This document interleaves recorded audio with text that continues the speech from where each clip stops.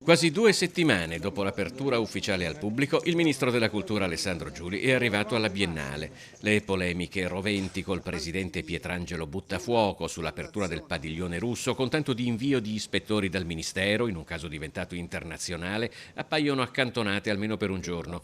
Quella di Giuli è stata però una visita lampo molto circoscritta. Ha visitato anche lei i giardini dell'Arsenale, i giardini della Biennale? No, adesso stiamo andando a Palazzo Labbia, è una visita un po' veloce questa. I giardini sono la sede storica della Biennale, lì si trova il padiglione russo e anche quello di Israele, cuore di un fronte aperto che ha portato anche alle dimissioni della giuria internazionale. Giuli si è limitato quindi a visitare il solo padiglione Italia all'Arsenale. È un segnale dovuto al Padiglione Italia, che è il padiglione del Ministero della Cultura, e è un segnale di sopraggiunta tranquillità, è un segnale che ci lasciamo alle spalle ogni polemica, è un segnale di amore per Venezia, caso mai non si fosse capito che l'amore per Venezia non era mai venuto meno.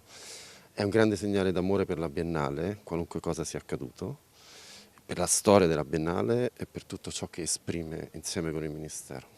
Poco dopo, a microfoni spenti, parlando di Buttafuoco, Giuli cita Aristotele su amicizia e verità, sebbene entrambe le cose siano care, è dovere sacro onorare la verità al di sopra degli amici. In altre parole, col presidente della Biennale resta sia l'amicizia che la divergenza di vedute. Ha visto Buttafuoco? Sì, certo che l'ho visto. Com'è andata? Benissimo, come può andare con Buttafuoco?